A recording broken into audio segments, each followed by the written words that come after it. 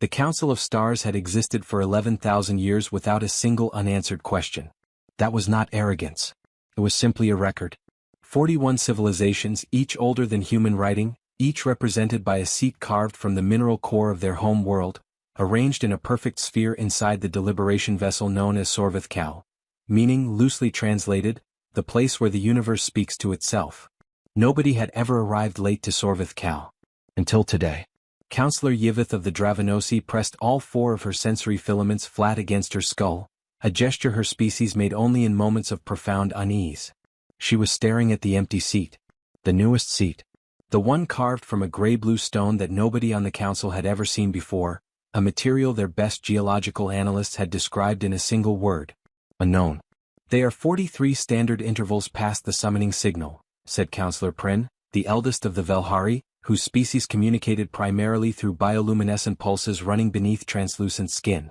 He pulsed a dull amber now, the Velhari color for bureaucratic irritation. This reflects poorly on their application. Their application, said Yvith carefully, was not submitted through standard channels. No, agreed Pren. It arrived as a gravitational disturbance. The chamber went very still. Because that was the part nobody discussed openly. Humanity's request for council membership had not been a message. It had not been a diplomatic vessel, a language packet, or a cultural exchange probe, none of the 11 accepted methods of first contact that the council had refined over millennia. It had been a pull. A precise, localized bending of space, originating from the region called the Orion Spur, drew every council vessel within 6 light-years exactly 3 centimeters off course for exactly 9 seconds, then released them. It had been, the physicists later concluded, the most controlled demonstration of gravitational manipulation ever recorded. The message encoded within the disturbance was simple. We are ready to join you. We have been watching for some time. We believe we have something to contribute. We will arrive at Sorvith Cal at the next full council assembly. Please save us a seat. They had not asked for a seat. They had said, please save us a seat. The distinction bothered Yvith more than she could easily explain. A low sound moved through the chamber then, not heard exactly but felt, a subsonic resonance that made every counselor's body respond before their minds caught up. Yvith's filaments rose. Pren's bioluminescence surged white. The crystalline counselors of the Sheth cracked their outer shells involuntarily, which for them was the equivalent of a gasp. The empty seat was no longer empty. There was someone in it. And none of them had seen her arrive. Her name, she told them, was Commander Elena Voss. She was not what they had expected. Most council members had reviewed what little intelligence existed on humanity, fragmentary and mostly self-reported, which was itself unusual. They had expected either aggression or performance. Species presenting themselves to the council for the first time typically did one of two things. They postured, trying to appear powerful, or they minimized, trying to appear harmless. It was a binary that the council had seen so many times that it had become a formal observation in the induction protocols. Elena Voss did neither. She sat in the unknown stone seat with her hands resting open on the armrests, her posture neither rigid nor casual, and she looked around the spherical chamber with an expression that Yvith, whose species had spent 4,000 years developing the art of reading other species' faces, could only describe as genuine curiosity. Not wonder. Not fear. Not calculation. Just a person in a room full of the most powerful beings in the known galaxy, looking around like she was genuinely interested in what she saw. You are alone, said Pren, pulsing cautious yellow. I came alone to this room, Elena said. That's different. Where is your delegation? Outside. Outside Sorvith Cal? Outside this room, she said. I thought it would be rude to bring them all in before introductions. Yvith filed that away. Rude. The human had used the word rude. This behavior was neither tactically inadvisable nor diplomatically irregular. She had applied a social consideration, rudeness, to a situation where no social rules existed yet between their species. That implied she had imported her own social framework and applied it anyway, not waiting for one to be provided. That was either very sophisticated or very dangerous or both. How did you enter this chamber? Asked the Sheth counselor. Their shell was still slightly cracked with unease. The entry corridors were monitored. Elena smiled. It was a small smile, not triumphant. We'll get to that, she said. But first I'd like to understand something if you don't mind.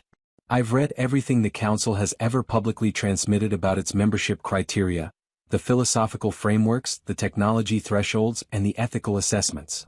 She paused. I noticed there's a criterion you never publish. The one that actually matters most. I'd like to know what it is before we go any further. The council chamber produced the kind of silence that had no sound in it at all. Because she was right. There was an unpublished criterion. There had always been.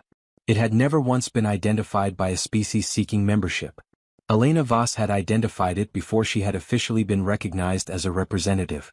Pren pulsed a color that had no name in any human language. Yvith pressed her filaments flat again. Around the sphere, 41 civilizations' representatives shifted in their seats, each one fighting the same sudden, uncomfortable feeling. The feeling that the meeting was not going the way they had planned. The feeling that they were the ones being evaluated. The unpublished criterion was this: can this species sit with uncertainty without destroying it? Every civilization that had ever applied to the council had been brilliant. Technological achievement was the easy bar. Any species that survived long enough to cross interstellar distances had solved the basic engineering problems. The council did not care much about technology.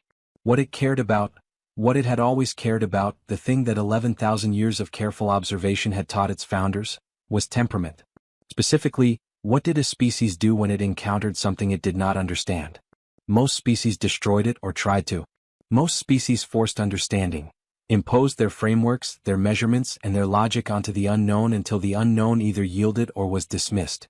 It was not evil. It was not even wrong. It was simply the instinct of intelligence. Make sense of this.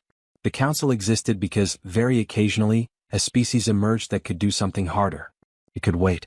It could hold the unknown gently, examine it without crushing it, live alongside questions it couldn't answer, and resist the pull toward premature resolution. These were the species that made the council what it was. They were rare.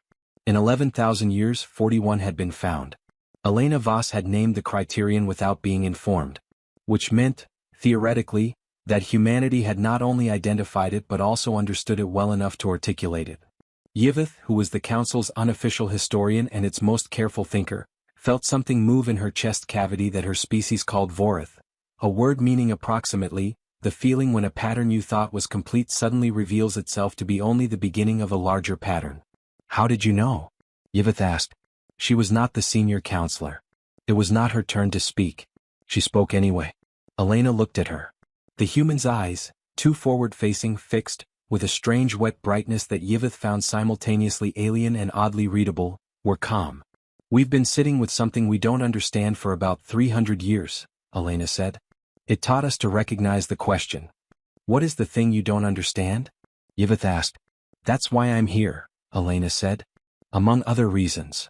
She reached beneath the collar of her uniform then and removed a small object. It was geometrically irregular, about the size of a closed human fist, and it appeared because Yvith's sensory filaments were giving her contradictory readings, simultaneously opaque and fully transparent. Looking at it was like trying to focus on something that existed slightly outside the normal relationship between light and matter. She set it on the armrest of the unknown stone seat. Every sensor in Sorvith Cal screamed once, briefly, and went silent. We built these 300 years ago, Elena said. We still don't fully understand what they are. The council demanded a recess. This had happened exactly twice before in 11,000 years. The first time was when the Velhari had presented evidence of what they believed was a second universe embedded within their own, a discovery that had taken 400 years to partially verify. The second time was when the Sheth had revealed that their entire civilization ran on a biological process that consumed what other species used as fundamental physical constants. Both times the recess had lasted a standard day. This recess lasted 9 minutes. When the counselors retreated to their meditation rooms and analyzed what Elena Voss had put on the armrest, they all came to the same conclusion. Their instruments could be unusual, mine was whatever it was made of. The composition is not unusual, not we need more time. The answer was more absolute than that. The object was physically present. It had mass, it displaced space, and it had a surface temperature within a few degrees of Elena's body warmth. But when an energy-based analysis tried to penetrate it, it returned data that described nothing. Not vacuum. Not dark matter as theorized. Not any known particle state. It returned data that described the absence of the conditions necessary for matter to exist. And yet the object existed. Yvith was the first one back in the chamber. She found Elena exactly as she'd left her, unhurried, hands open, looking at the sphere's walls with that same undefended curiosity. How many of those objects do you have? Yvith asked. One, Elena said. Then after a pause, per ship. Yvith sat down. How many ships? Enough, Elena said. And then, because she seemed to understand that Yvith was asking in genuine distress rather than as a challenge, 714. The other counselors filed back in. None of them spoke immediately, which, for a room containing 41 different species communication systems, was a remarkable collective choice. It was Pren who finally posed a question, a soft, careful blue. Why are you telling us this? Because we need your help understanding them, Elena said. The chamber went still in an entirely different way than before. This was not the stillness of alarm. This was the stillness of something unexpected landing exactly where it shouldn't be possible to land. You built them, said the chef counselor. How can you not understand them? Has your species ever, Elena said slowly, produced a child who was smarter than you? Nobody answered. Every species represented had, in fact, experienced this. It was one of the universal features of intelligence. The intergenerational transmission of accumulated knowledge eventually produced minds that exceeded their context. We built the theory, Elena continued. The math said these ships were possible. So we built them. We've been operating them for 300 years. They work exactly as the equations predicted. She looked at the small impossible object on the armrest. However, the equations also predict aspects of their nature that we do not yet have the philosophical framework to interpret. We can fly them. We don't know what we're flying. Yvith spoke very quietly. What do the equations say? Elena looked at her. That wrathful feeling came back stronger. That the ships don't exist in this universe, Elena said. They exist in the boundary of it. In the place where our universe decides what it's going to be next. The debrief took 14 hours. Elena did not seem worn out. Several counselors found this mildly alarming until Yvith pointed out, in a private communiqué, that the human was almost certainly deeply tired and simply not performing it, which was, if anything, more impressive. She led them through history without drama. This was another thing Yvith noted. Elena never conveyed the significance of what she was describing. She described the discovery of what humanity called dark matter topology, the mathematical observation made by a physicist named Renata Ohashi, who had died 280 years ago and never seen what her equations made possible, that dark matter did not merely exist alongside visible matter but was in fact the universe's self-referential architecture. The skeleton that the universe used to decide its structure. Most physicists assumed dark matter as a background condition. Ohashi had asked a different question. What if it isn't background? What if it's the process? The mathematics that followed were, Elena admitted, largely beyond her own direct comprehension. She was a commander, not a physicist. But she had spent her career aboard these vessels, and she had developed an intuition for them that she couldn't fully explain. They're not warships, she said at hour 3. This produced a stir. The Council's intelligence reports, fragmentary but not entirely wrong, had identified the vessels as weapons platforms. Their apparent capability had been the primary reason humanity's gravitational disturbance membership request had been taken seriously rather than dismissed. Then what are they? Pren asked. That's the problem, Elena said. We called them warships because we built them with that intent. We were scared, she said it without apology or shame, just honesty. 300 years ago, humanity had been aware of interstellar civilizations for about 50 years. We knew you were out there. We didn't know if you were dangerous. So we built the most powerful things our science could imagine, and we called them warships because that was the frame we had. She touched the small impossible object. But they don't actually function as weapons. When we tried to test them, in controlled deep space scenarios with no inhabited systems nearby, the ships didn't fire. They negotiated. Another silence. With what? Yvith asked. With the space around the target, Elena said. Instead of destroying something they would, the best word we have is, convince. They would convince the local spacetime geometry that the target had different boundary conditions. Change what the universe thought was there. She paused. The target didn't get destroyed. It got reclassified. Reclassified as what? As something that doesn't need to exist in its current form, Elena said. It's still there. It still has mass. It just reorganizes into something less coherent. She looked slightly uncomfortable for the first time. We stopped testing after the third trial. Why? Yvith asked, though she already felt the answer coming. Because the third trial reclassified a region of space 60 times larger than we targeted, Elena said. And when we analyzed why, the ship's logs told us something we didn't expect. She looked around the chamber slowly. The ship had been asking for permission, she said. From something. We don't know what. And whatever it asked had said yes and added scope. The council did not recess. This, Yvette thought, was either a sign of enormous trust or collective paralysis. She wasn't sure which.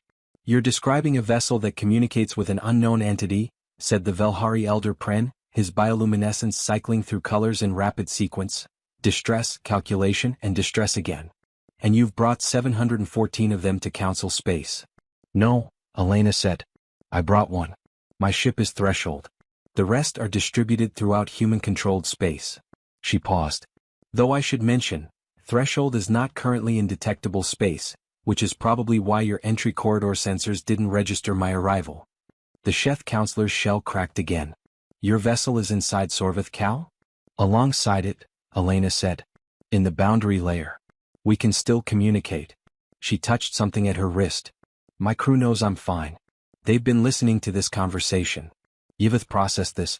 The humans had arrived at the most secure location in the known galaxy, aboard a vessel that could not be detected, that operated in a layer of existence that none of the Council's 11,000-year knowledge base had ever accessed. She had sat down, introduced herself, placed an incomprehensible object on an armrest, and spent 14 hours calmly explaining that she didn't fully understand what she'd brought. And she had done all of it not to threaten. Yvette was certain of that now. The psychological profile was clear. Elena Voss had brought everything into the open precisely because she didn't want it to be a threat. She was doing the opposite of what a threatening species would do. She was making herself transparent. The entity your ships communicate with, Yvette said carefully. Do you have a name for it? We have several, Elena said. None of them feel accurate. The ship's communication logs, when we've been able to parse them, suggest the entity doesn't experience itself as a single thing. It is more like a condition than a standing decision. She thought for a moment. The closest we've come is the preference the universe has for continuing to exist. The ships communicate with that. With whatever process makes the universe choose, moment by moment, to keep being. The council chamber was silent. Not the silence of alarm. Not the silence of calculation. The silence that follows when something so large enters the room that it feels different. Yvette felt wrath moving through her in waves. Because here was the thing she had spent 11,000 years of council history trying to name, the thing the unpublished criterion had always been pointing toward, the question at the center of every civilization's membership test. What does your species do when it meets something bigger than itself? Humanity apparently built ships to go talk to it, and then had the wisdom or the fear or both, to stop and say, we don't understand what we built. Help us. Yvette asked for a private session. This was unprecedented. Private sessions happened between two member civilizations that had an existing relationship. They did not happen between the full council and a species that was not yet a member. Several counselors objected. Yvette overruled them, not by authority which she didn't have, but by saying something so quietly devastating that the objections stopped. We have been asking the wrong questions for 14 hours. I need to ask the right one. Elena agreed without asking what it was. They sat in a small auxiliary chamber, just the two of them. The unknown stone seat had been moved here.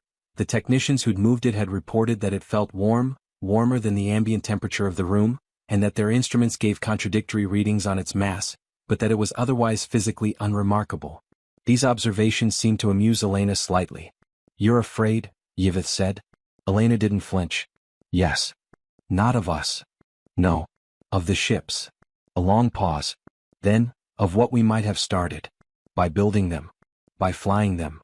She looked at her hands, a human gesture Yvette had come to understand meant self-examination. 300 years ago we built these things because we were afraid of the galaxy. Now the galaxy is the small thing and we're afraid of what the ships are touching. She looked up. Fear didn't go away. Just scaled. Your species experiences fear as a constant, Yvette observed. Not as a criticism. As recognition. Doesn't everyone? No, Yvette said. The Velhari eliminated fear from their neurochemistry 4,000 years ago. The Sheth experiences it only as a physical reflex, no longer as an emotional state. Several member civilizations consider it a solved problem, something you pass through on your way to a more stable emotional architecture. Elena considered this. Do they miss it? Yvette's filaments rose slowly. That is a very strange question. It's not though, Elena said. Fear is information. It's the mind's way of saying, Pay attention, something here is larger than your current model. If you remove it, if you solve it, you might be removing the signal that tells you when you've hit the edge of what you understand. She paused. We kept our fear. Maybe that's why we noticed the ships were doing something we didn't have a framework for. We were scared enough to keep looking instead of assuming we already knew. Yvette sat with her thoughts for a long time. HFY. There was a phrase from an old Earth language that one of the Council's translators had flagged during preparation for this meeting, used in times of profound acknowledgement, a sense that, from this moment on, everything changes. Yvette didn't know if she was using the phrase correctly, but she felt it. The right question, Yvette said finally. The one I needed to ask privately. She looked directly at Elena. The entity your ships communicate with, has it ever communicated back in a way you understood? Elena was quiet for a moment that felt very long. Once, she said. 3 years ago. One ship, a vessel called Groundless, returned from a boundary layer transit, and its communication log had something new. This is not the usual signal noise that we cannot parse. Something structured. Something that looked like... She stopped. Started again. It looked like a question. What question? Elena reached into her uniform again. Not the object this time. A small folded document, paper, actual paper, which Yvette found herself unexpectedly moved by. She opened it and placed it on the table. Yvette looked at the symbols. She did not recognize the language. But her sensory filaments extended toward it involuntarily, because the symbols had a quality she had only ever experienced once before, 11,000 years ago, when the Council founders had carved the first seat in Sorvith Cal. They had weight. Not physical weight. The weight of something that had been here longer than anything else. What does it say? Yvette whispered. Elena's voice was calm and she was terrified and wondering all at once. Our best translation is, are you ready to be shown what you are made of? Yvette brought the paper to the full council. She did not prepare remarks. She did not build a case. She simply placed the paper in the center of the spherical chamber and said, the entity has been waiting for someone to build a door. Humanity built one. It is now asking if we, all of us, want to walk through. The deliberation that followed lasted 3 days. Every civilization on the council had its own framework for what the universe was, where it came from, and what followed it. These frameworks were the deepest cultural architecture any species carried. Older than technology, older than language in most cases, and woven into the cellular logic of how each species experienced being alive. The Velhari believed the universe was a single ongoing statement being made by a mind that had no other way to express itself. The Sheth believed the universe was an accidental recursion, a rule that had applied itself and couldn't stop. 6 other civilizations had framework equivalents for which human languages had no real vocabulary. And now something was asking, through ships built by a species that hadn't existed 300 years ago, whether the universe wanted to know what it was made of. Elena was present for the deliberation but did not speak.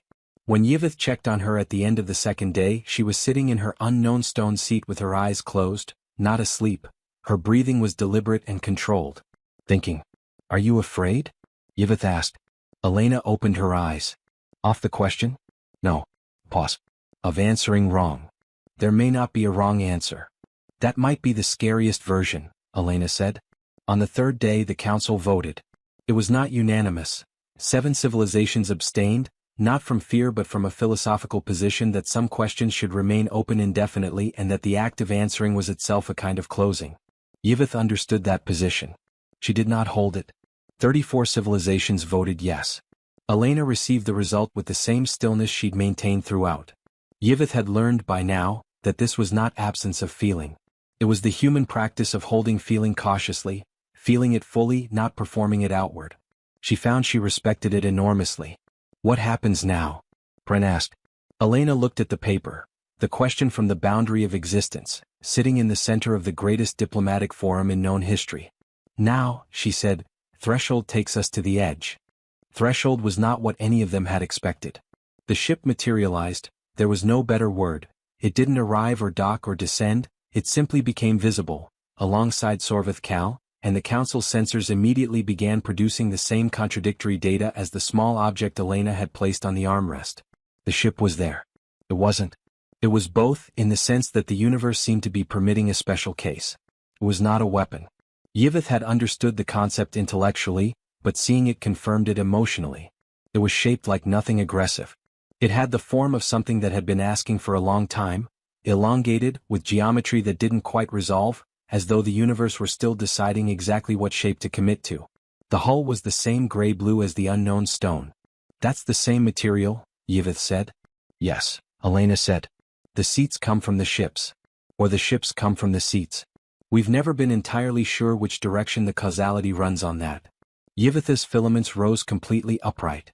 You've been here before, she said slowly. The unknown stone. Humanity has been here before. Elena looked at her with something complex in her expression. The council was founded 11,000 years ago, she said. Humanity's written history goes back 5,000 years. But Renata Ohashi's equations suggested that the dark matter topology had been manipulated before, that the boundary layer had been accessed at least 7 times in the observable history of this universe. She paused. We don't know who did it the other 6 times.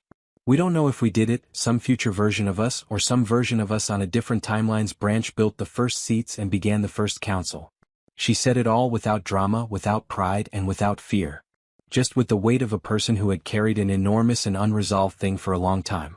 We might be our origin story. Or we might not. We don't know. The equations can't tell us.